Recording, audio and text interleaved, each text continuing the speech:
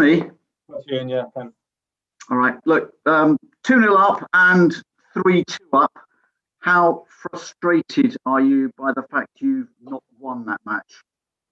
Yeah, frustrated. And the players are, and they would be, because the first half was as good as we played this season, very much so. We played some great football.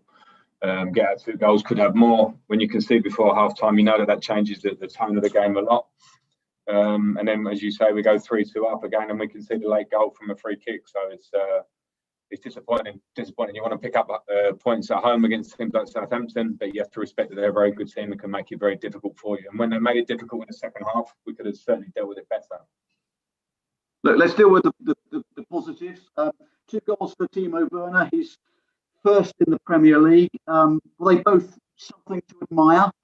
Yeah, really good individual goals in terms of how he made them for himself. Looked sharp. Our combination play in the first half was really sharp. For Timo to get those goals would be great for him in terms of getting his confidence in terms of the first Premier League goal. So really pleased we'll see a lot more of that from him. Unmute yourself, Ian. You're still on mute. Sorry. Last one, please. How concerned are you, though, particularly about the manner in which you conceded the second goal? Yeah, I mean, mistakes will always concern you. It was a situation we should have clearly dealt with in much more simpler terms. And then you give them a goal and you make it 2-2. So, yeah, if you're going to concede those kind of goals, doesn't matter how well you want to play in periods of games, it's something that we can't have in our game. Liam Twomey. Hi, Frank. We've seen a few kind of late equalisers at Stamford Bridge over the last sort of year and a bit. When you're trying to see out a game as a team when you're with a narrow lead, is that something you can specifically prepare for in training? Are there things you can do, or is it just about dealing with it in the moment?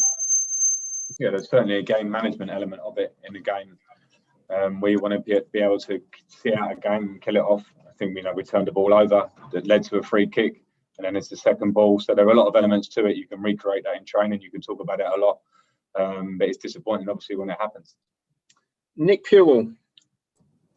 Hi, Frank. I know, obviously, it was a chance for Kepa to get back in and show what he could do. He obviously made some good saves there. I think clearly, whenever a keeper makes, whenever there's a goal that there's mistakes, the keeper is going to get a bit flack. Do you think he's mentally strong enough to just cope with all of that? Because, obviously, it's anyone who has a difficult time of form, it's obviously tricky for them, isn't it? But is he strong enough just to kind of forget all of it and just keep on keeping on? Well, yeah, he has to be strong enough. That's part of the job that we're in when you're playing top level elite sport and all eyes are on, and how competitive it is. We know that, and the goalkeeper, their role means that they have to really deal with that in these sort of moments, and that continues with Kepa. He has to deal with that. He'll feel the support of myself and feel the support of his teammates, and it's unfortunate because he did make a couple of good saves today. Of course, when you're a goalkeeper, typically people will judge you on other moments sometimes as well, but he has to keep working. There's only one way through those kind of periods, and that's work and to feel the support around him. Zarkin-Tema. Hi, Frank.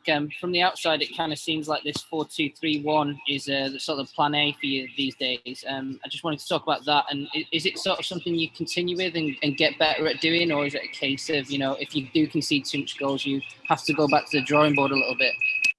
I don't think it's the conceding goals in relation to the shape of the team. Of course, we've changed the shape of the team, and I have to make those decisions on personnel that we have around and trying to get the best out of the personnel in the team. So that's something for me to think about all the time. It doesn't mean that we're dead set on playing in that formation, and there can be changes and tweaks to it as we go along. But yeah, it's something that we need to continue working on. It is a change.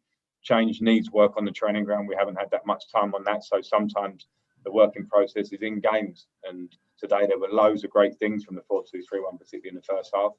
And in the second half, I wouldn't blame the shape of the team. It was more that we didn't deal with the fact that Southampton were really keen to put us under pressure our own half. We had to miss out their press. We didn't miss it out enough. And that meant that we could turn the ball over our own half, which is, irrespective of shape, is always going to be a problem. Sandro Sabanza. Hello, Frank. I want to ask you about goalkeeper situation. You spent about 215 million euros during this summer transfer window, but goalkeeper link still remains as the weakest link. So how are you going to rate Kepa's performance today? Do you think he's guilty in this case? And what's going to happen when Mendy returns?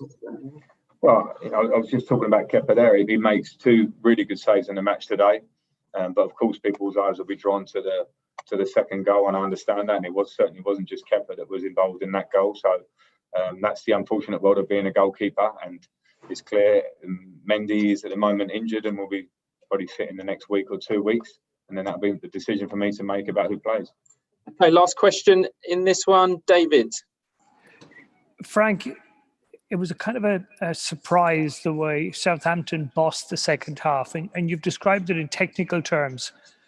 But is there a more kind of overall reason that your team got kind of bossed and dominated for much of the second half? Is it the difficulty of trying to blend in new players? Is it I don't know. I mean, it just was a surprise that they were clearly the better side throughout the second half.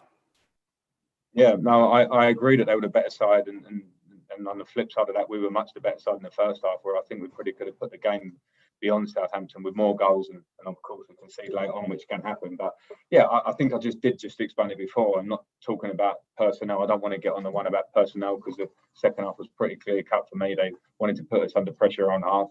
I felt that we tried to make too many short passes in our own half, which gave them the possibility to try and win it back there. And the message was for the players to miss that out. I don't think we missed out their press enough.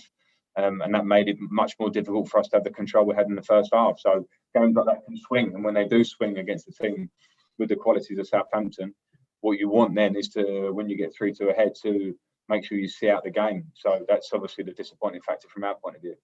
Okay, that's the review of today. This is now Monday. It's got an embargo of Sunday night.